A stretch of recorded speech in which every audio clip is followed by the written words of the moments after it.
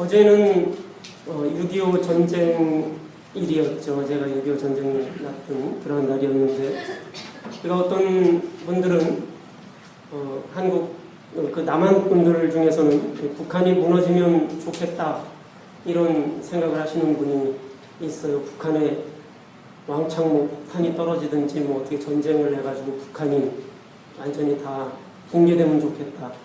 김정은부터 아주 싸그리 다 씨를 말려버리기를 바란다. 뭐 이런 분도 계시죠. 오늘 본문에 보면 창세기 19장 말씀인데, 제가 오늘 본문으로 설교를 여러 번 했는데, 소돔 땅은, 이 성경이 암시하고 있는 소돔 땅은 죄가 많은 그러한 땅이라고 그렇게 성경은 암시하고 있습니다. 특별히 동성애가 광범하게 퍼져 있었다라는 그러한 이야기들을 하고 있죠. 오늘 본문에 보면 일단은 우리들이 롯의 집을 찾아가서 손님을 내놓으라고 하면서 우리가 그들을 상관하겠다라고 요구하는데, 이런 구절이 성관계를 암시하는 구절이라고 그렇게 해석하는 학자들이 많이 있습니다. 그래서 소돔 땅에는 이 동성애가 만연했다. 그래서 하나님께서 이 소돔 땅을 다 멸하시기로 했다라는 그러한 것이죠. 전통적으로 이 교회에서는 이 소돔 사건을 실제적인 사건으로 해석하고 그렇게 이해하고 있습니다. 하나님이 우리의 죄를 결코 넘기시지 않는다는 점에서 경고하는 사건으로 해석할 수 있습니다. 우리가 북한도 마찬가지고요. 만약에 우리가 윈저에 이렇게 살고 있는데, 소돔에서처럼 하나님이 윈저를 멸하기로 했는데 10명의 의인이 윈저에 있다면 이 윈저 20만 명을 다 죽이지 않겠다라고 했을 때 나는 그 10명에 들어갈 수 있을까? 이렇게 생각을 좀 해보게 될 수 있겠죠. 나는 그 10명, 나 때문에 윈저가 죄를 피할 수 있을까? 그럼 좀 그건 아닌 것 같고, 그렇다고 또 그냥 또 죽자니 그것도 좀 내가 그렇게 죽을 만큼 큰 죄를 지은 것 같지는 않고 뭐 이렇죠.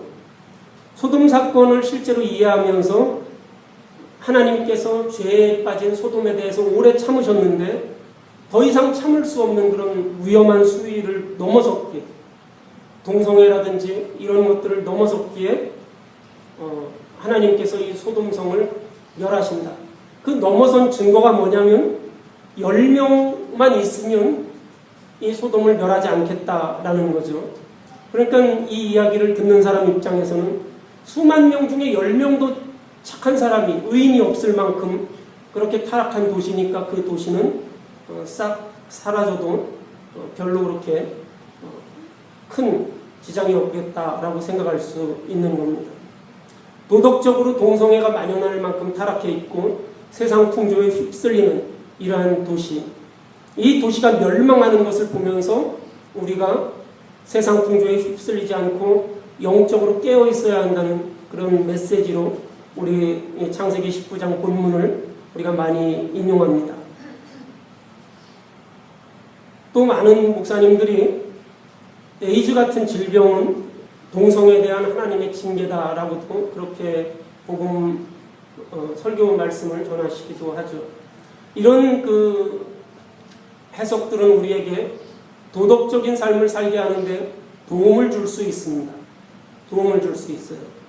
분명 성경은, 우리 기독교는 하나님 앞에 부끄러움이 없는 삶, 이웃에게 모범이 되는 책임 있는 삶을 살 것을 가르치고 있습니다. 그러나 이 본문을 하나님께서 우리에게 어떤 경종을 주기 위해서 실제적으로 일으킨 사건이라고 보는 시각은 여러 가지 문제를 야기할 수 있습니다.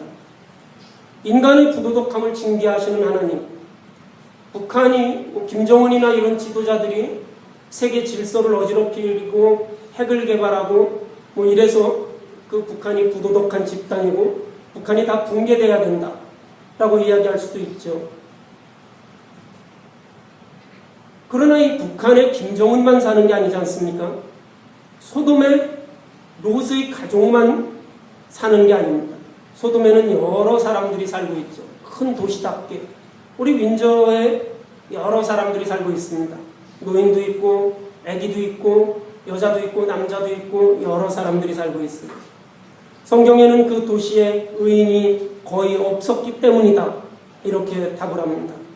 실제로 창세기 18장에 보면 아브라함이 하나님과 단판을 벌이는 장면이 나옵니다. 아브라함이 하나님께서 소돔을 멸하신다고 할 때 그건 부당하다, 하나님답지 못하다, 이렇게 항의합니다. 세상을 심판하려면 공정하게 해야 되지 않겠느냐, 이렇게 항의하면서 소돔에 의로운 사람 50명이 있으면 그 사람들을 다 멸하겠느냐라고 그렇게 묻죠. 하나님께서 그렇게 하시지 않는다고 하니까 50명이 45명이 되고 40명이 되고 30명이 되고 20명이 되다가 결국 10명까지 내려갑니다. 10명이 있으면 소돔을 멸하지 않겠다, 이런 약속을 하나님께 받아냅니다. 그런데 이 10명이 없어서 이 소돔이 멸망하게 되는 것이죠. 이 이야기에는 뭔가 아쉬움이 좀 남습니다. 이 본문이 실제로 일어났던 사건이라고 본다면 이런 식의 해석으로 귀결될 수밖에 없을 것입니다. 만약 사실이라면 혹 있을 수도 있었던 10명 미만의 의인들은 과연 어떻게 될까? 10명이 되어야만 멸망하지 않는다고 했는데 뭐 한 5명의 의인만 있었다면 그 5명은 어떻게 되는 건가? 5명도 함께 소돔이 멸망할 때 죽게 되는 것이죠. 그들은 여럿의 악함 때문에 함께 희생되어야 하는 것입니다. 북한 김정은이 세계 질서를 어지럽히고 핵을 개발하고 뭐 나쁜 짓을 하고 이러는데, 그렇다고 해서 거기에다가 뭐 미국이 핵폭탄을 떨어뜨린다든지 뭐 이렇게 군사적인 그런 행동을 하면 김정은과는 전혀 상관없이 하루하루 밥 먹고 살아가는 수천만의 백성들은 그냥 다 같이 죽게 되는 거죠. 10명 미만의 의인이 있었다면 그들은 다수의 악함 때문에 함께 그들은 희생될 수밖에 없는 것입니다. 하나님께서는 그 사람들을 외면하게 되는 것이죠. 숫자가 적다고 해서, 한두 명의 의인이라고 해서, 10명이 되지 않는다고 해서 하나님들은 그 사람들을 외면하는 하나님이 되는 겁니다.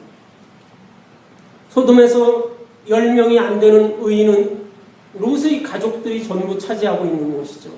의인 10명이 없었다고 했는데 롯의 가족이 대부분 10명의 의인을 차지하고 있는 것입니다.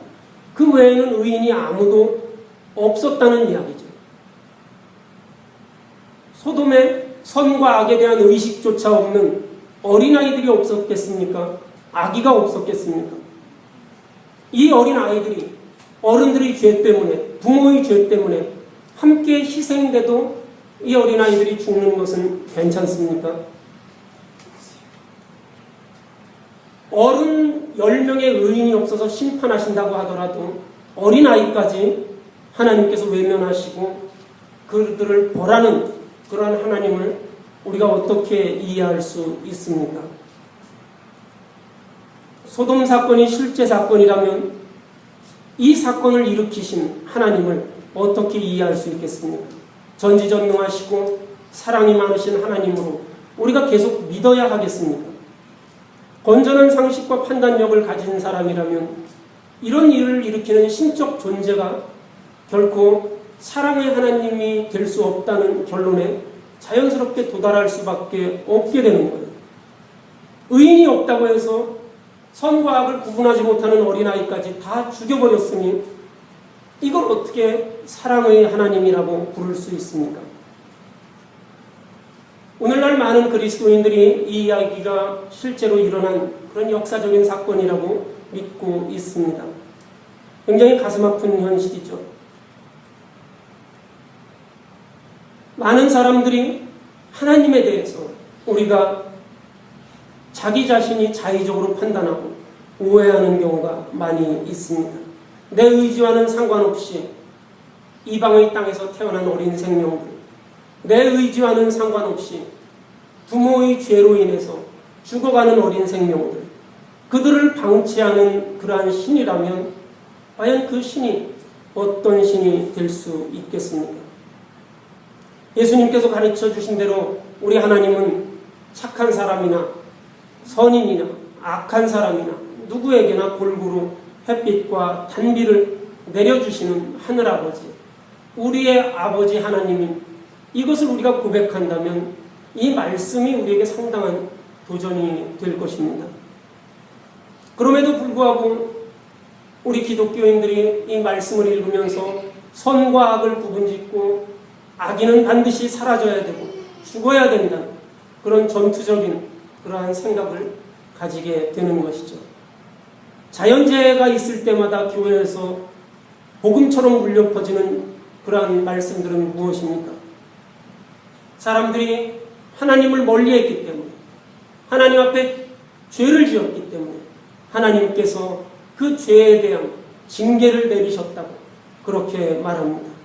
태풍이 불고 지진이 나고 허리케인이 불고 쓰나미가 몰아쳤을 때 이 기독교인들은 그렇게 이야기합니다. 저 사람들은 이방신을 섬기니까, 수만 명의 신을 섬기는 나라이기 때문에 쓰나미가 몰아치고 지진이 일고 해일이 일어서 하나님께서 그들을 쓸어버리셨다고 그렇게 이야기합니다. 그러면 그 안에 이방신을 섬기는 사람도 있지만 하나님을 섬기는 신실한 크리스찬이 그 안에 없었겠습니까? 성경을 어떻게 읽느냐 하는 것은 매우 중요합니다. 사람에게는 다른 생명체에는 없는 이성이라는 것이 있습니다. 하나님께서 우리 사람에게 주신 너무나 귀한 선물이죠. 이 이성을 우리가 절대화시키는 것은 매우 위험하지만 이성을 무시하는 신앙은 더욱더 위험합니다. 왜냐하면 이 이성은 하나님께서 우리에게 선물로 주신 것입니다. 짐승에게는 있지 않는 것입니다. 식물에게는 있지 않는 것입니다. 그러므로 우리는 성경을 읽을 때 신앙의 눈으로 읽어야 하고 동시에 이성의 눈으로 성경을 읽어서 신앙과 이성이 조화된 눈으로 이 성경을 바라볼 수 있어야 합니다. 오늘 창세기 19장을 현대 성서학자들의 도움을 받아서 이것을 해석해보면 2,3,000년 전 고대 유대인들이 그들의 사회를 볼 수 있습니다. 그들은 착하게 살기를 원했고 그래서 하나님께서는 선한 것을 사랑하시고 악을 미워하시는 하나님으로 이해했습니다. 악을 미워하고 선을 사랑하시는 그러한 하나님, 이 하나님에 대한 옳은 신앙을 가지고 그 하나님을 섬기는 바른 신앙, 이런 고대인의 신앙은 우리 역시 지켜가야 할 기독교 신앙의 아름다운 유산입니다. 그리고 그들은 그들의 삶의 자리에서 이 성경을 이해했습니다. 우리가 우리 삶의 자리에서 여러분들이 선인과 악인을 구분하는 방법이 어떤 방법입니까? 우리가 보편적으로 나쁜 사람과 좋은 사람을 어떻게 구분합니까? 제가 나쁘다고 이야기하는 사람 중에 여러분은 좋은 사람이 있는 거예요. 여러분이 나쁘다고 이야기하는 사람 중에 제가 좋은 사람이 있습니다. 그 기준이 뭡니까? 나에게 좋은 사람은 좋은 사람이에요. 나에게 나쁜 사람은 나쁜 사람입니다. 아무리 그 사람이 거짓말을 하고 다른 사람에게 이상한 짓을 하고 불편을 끼치고 이래도 나에게 잘해주고 나에게 좋은 일을 하고 이러면 나에게 그 사람은 좋은 사람이 되는 거예요. 이야기하다 보면 그 사람 좋은데 왜 그렇게 생각하지? 라고 이야기하게 되는 겁니다. 2,3,000년 전 사람들이 그들의 삶의 자리에서 동성연애자를 이해하는 일은 굉장히 어려웠습니다. 생명의 탄생은 고대 사회에서 너무나 중요한 일이었기 때문에 오늘날 우리 21세기 이 시대는 어떻습니까? 굳이 동성연애자가 아니라도 결혼 연령이 점점 늦어지고 결혼을 하지 않는 사람들이 많이 늘어나지 않습니다. 여성이 임신할 수 있는 그 범위, 그 기간을 넘어서 40살, 50살이 넘어서서 결혼을 하기도 하고 또 그때까지 결혼을 하지 않는 사람들도 점점 늘어나지 않습니다. 왜 그렇습니까? 노동력을 대체할 수 있는 그러한 문화적인 혁명도 이러한 것들이 일어났기 때문에 그렇습니다. 문명이 생겨났기 때문에 그렇습니다. 노동력이 그렇게 많지 않아도 인구의 수가 많지 않아도 할 수 있는 일들이 많이 늘어난 것이죠. 군대만 해도 군인이 몇 명이냐, 군인이 60만이냐 100만이냐 이러한 것이 중요하지 않고 핵을 가지고 있느냐, 핵을 가지고 있지 않느냐 이런 것들이 중요하지 않습니다.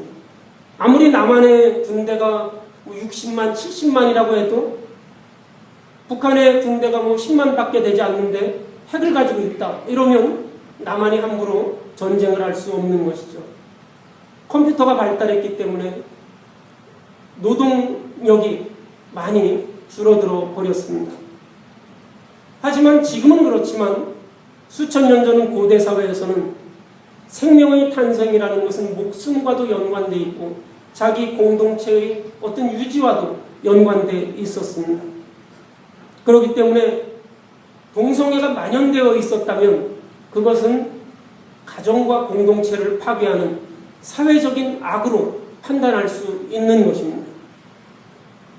우리가 지금 이렇게 산업화된 사회가 아니고 어떤 농사를 짓고 노동을 해야 되는 그러한 사회라면 19세기, 18세기 사회라면 남자와 여자가 결혼을 하지 않고 30살, 40살, 50살까지 결혼을 하지 않고 결혼을 해도 50살에 결혼을 해서 아이를 낳지 않고 이런다면 그것은 사회적인 악으로 규정될 수밖에 없을 것입니다.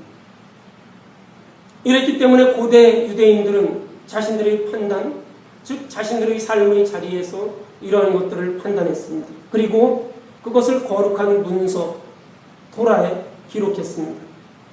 그들이 자기들의 머리로 이해하기 어려운 경이적인 사건을 만났을 때마다 그들은 뭐라고 고백했느냐면 하나님께서 하신 일이다 이렇게 고백을 했습니다. 소돔의 이야기도 역시 그 중에 하나일 것입니다. 그들은 어떤 도시가 자연적인 재해나 어떤 일들로 인해서 외국의 침략이나 전쟁이나 이런 것들로 인해서 송두리째 멸망하는 비극을 목격했을지도 모릅니다. 그것이 소돔이든 소돔이 아니든 어떤 거대한 도시가 순식간에 멸망당하는 일을 목격하면서 그 자신들은 하나님이 하신 일을 떠오르게 되었고 하나님 앞에 부끄러움 없이 살아가기 위한 거울로 그 사건을 해석하려고 했을 것입니다. 소돔 이야기가 이런 배경에서 만들어졌다고 보는 그러한 시각들이 있습니다. 우리가 이러한 주장을 받아들인다면 우리가 성경이 우리에게 절대 진리고 세상에서 가장 거룩한 책이고 1.1핵도 오류가 없기 때문에 성경대로만 살면 틀림없이 복받고 행복하게 될 것이라는 그러한 믿음이 우리가 약간 허물어질 수 있습니다.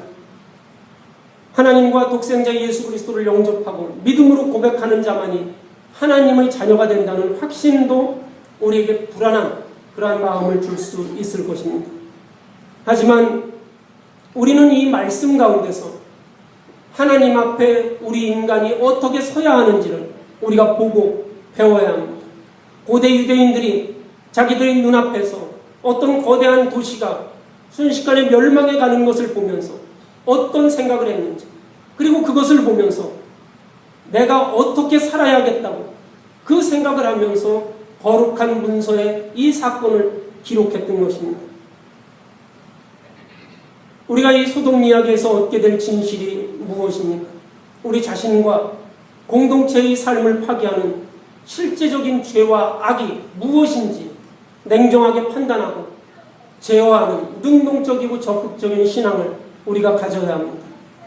벌을 받을 것이 두려워하거나 하나님께 내가 축복을 받지 못하는 것을 두려워해서 복종하는 하나님이 아니라 하나님께서 우리 사람에게 주신 고귀한 이성과 양심의 판단에 따라서 우리 스스로 무엇이 죄고 무엇이 악인지를 분별할 수 있는 그러한 믿음, 하나님 앞에 부끄럽지 않은 삶을 자유롭게 선택할 수 있는 그러한 권리, 이 세상을 살면서 여러 가지 이해하지 못하는 일들로 힘들어하는 우리 이웃들을 함부로 정죄하지 않는 우리의 신앙, 그들을 우리와 똑같은 이웃으로 껴안을 수 있는 그러한 우리의 고귀한 믿음이 있어야 할 것입니다. 우리는 본문이 말하는 내용 가운데 문자 그대로 표현하는 교훈을 얻을 수 있는 부분을 발견할 수 있습니다. 본문을 기록한 하나님의 사람이 가졌던 진취적이고 미래지향적인 신앙의 고백을 우리가 볼 수 있습니다. 우리의 믿음의 선조들은 말합니다.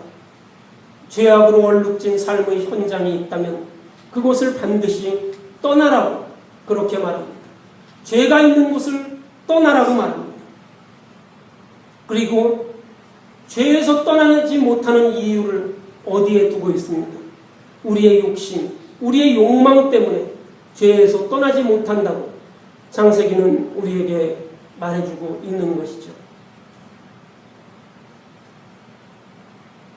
죄의 노예가 되어서 그 죄에서 떠나지 못하는 우리의 모습, 우리의 삶을 얼룩지게 한 것들이 우리에게 있습니까? 우리를 견딜 수 없이 슬프게 한 것이 있습니까? 우리에게 어려운 것들이 있습니까? 하나님 앞에서 해결해야 될 문제라면 피하지 말고 이 문제를 해결해야 합니다.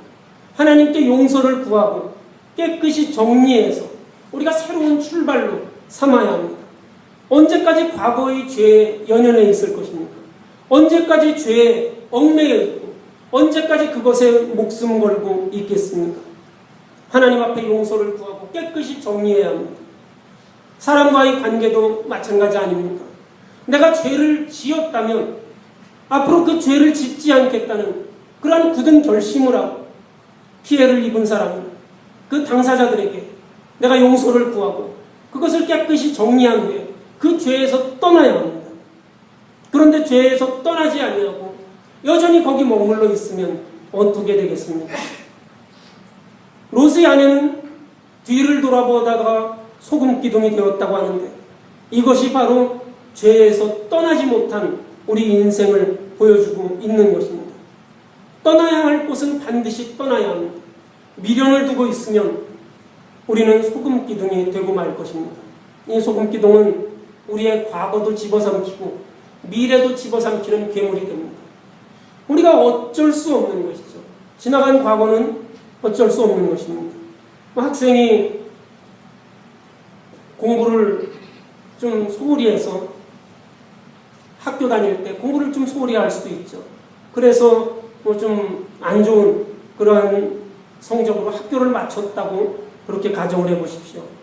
그것에 연연해서 나는 학교 다닐 때 공부를 소홀히 해서 지금 이 모양 이 꼴이 되었다. 이것에 연연해서 20살, 30살, 40살, 50살, 60살을 보낸다면 그 인생이 어떠하겠습니까? 내가 학교 다닐 때 공부를 소홀히 했지만 지금은 이런 일을 하면서 내가 이것에 한번 최선을 다해보겠다. 이것에 한번 내가 도전해보겠다. 이런 마음을 갖고 그 일에 열중을 한다면 그 인생이 바뀌는 것은 명확하지 않습니다.